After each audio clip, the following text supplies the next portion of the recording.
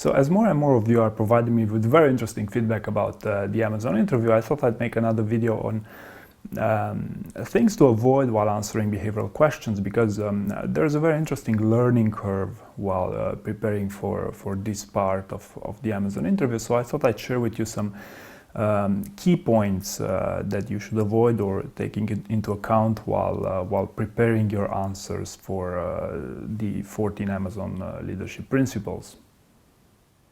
So let's start with the easy stuff here. You should of course spend the necessary time for your answer to sound good, but let me give you an example that I received from a job candidate a while back, because I think it's a great way to showcase some of the basic mistakes that people tend to do while building their answers. And the first one is that they are including too much of information in the first sentence, in the situation and task of the question. Notice here how the first sentences are completely useless and do not add value towards presenting a concise answer here.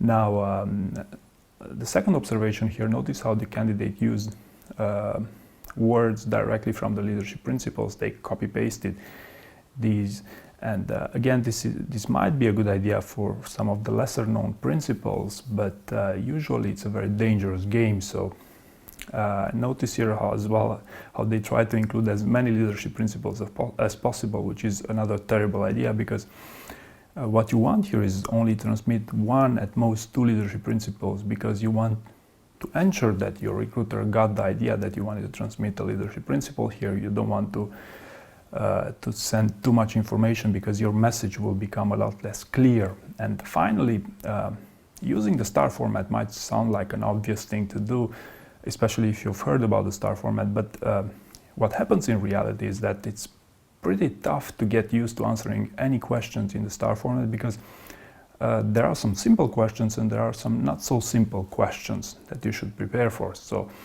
this is why you should start with the right theory in mind and take it from there. The second thing that I wanted to highlight here is Amazon is a peculiar company. So during the job interview, you should avoid acting too formal. Keep this in mind, and also while preparing your answers, try not to be too formal. Try to be conversational, try to be curious, try to emulate Amazon's 4 leadership principles in pretty much everything you do. The third piece of advice that I have for you is something that was quite advertised in the media, that is to memorize those 14 leadership principles. And in my opinion, this is not very likely to help you in any way, because if you memorize those things, then your answer will automatically use wording directly from those principles without you even knowing of them. And you will have a lot more tendency to include more leadership principles in one answer. And I really don't see how memorizing those principles could help you during the interview, because Amazon won't ask you, tell me leadership principle number 3, please tell me the description of that principle. They will ask you how to talk about the time you showed ownership or customer obsession, but these are pretty standard things. I mean, you should know these principles if you only read them 1 or 2 times. So in my opinion, you should not memorize the leadership principles.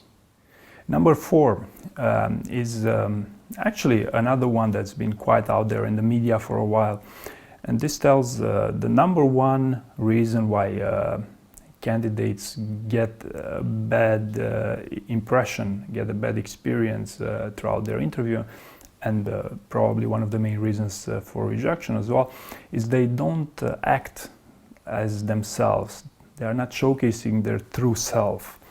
And I can very well see this, especially for junior positions where people really are not good with behavioral interviewing and all these things, but by having some persona in mind, by building a persona while preparing for the behavioral interview, they try to emulate as much as possible that persona, which could be a fictional character as well. And when you do that, and especially when you're not good at doing these things, what happens is that your answers will look a lot less credible than you want them to look like. So this is why it's important, and unless you know what you're doing and you're a true storyteller, to really focus on yourself and use yourself, your personality as a strength to transmit a message there. So this is why for most people being your true self during the interview is a good idea. Now, my next piece of advice is with respect to smiling during an interview. Now, having a positive attitude in any job interview is a great idea. Now, from here to having a bar raiser who's especially being negative towards you and you smiling towards them, it's not necessarily the best approach to do here. And what I found as a best practice here would be to emulate the other party. So if they are smiling, okay, you should have a positive attitude as well. But if the other party is serious, then you should act pretty much serious as well. And in my opinion, the best strategy for these types of encounters is to be cautiously optimistic. Now, the next item that I wanted to talk about here is about that moment immediately after you're being asked a question. So that's a very important moment that you should have an idea of what to answer for that question. And that's the main thing. But what you could also consider doing is not to lose eye contact with the interviewer. So for example, if after you ask me something, I start looking down, I notice the gap that it's here. Not only I look down, but it's also a quiet period of time. If I only look at you, the gap is not that tough. It won't change your perspective towards this video. But if I lose eye contact with you and I shut up, then it's going to be a lot worse than if I look at you and be quiet for short periods of time. So try to keep eye contact with the panel at all times if you can. So next we have not so common mistake, but I just wanted to ensure that everyone is clear about these things. Asking for another question during an Amazon interview is a big mistake. So, for example, if they ask you what are your strengths or what are your weaknesses, and you say you don't have any major strength or any major weakness, if you say you don't have any major strength, then probably Amazon is not a good place to work. But if you don't have any weakness, then you lack modesty, which again triggers a really serious flag about your employability at Amazon. So be prepared here. That's the best advice that I have. And from my experience, it's impossible not to have had some instances that could showcase the information that's required for a certain question. So it's really a matter of training yourself to really understand what the other side is really asking you about, and you should probably find to click to have that reaction to pretty much any question.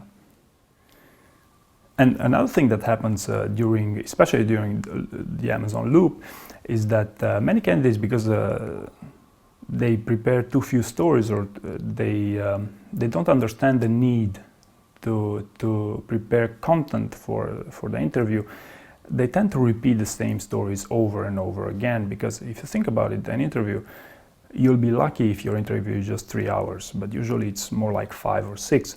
So half of that time will be with behavioral questions usually. So imagine yourself talking about 2.5 hours about your 2 stories that you prepared.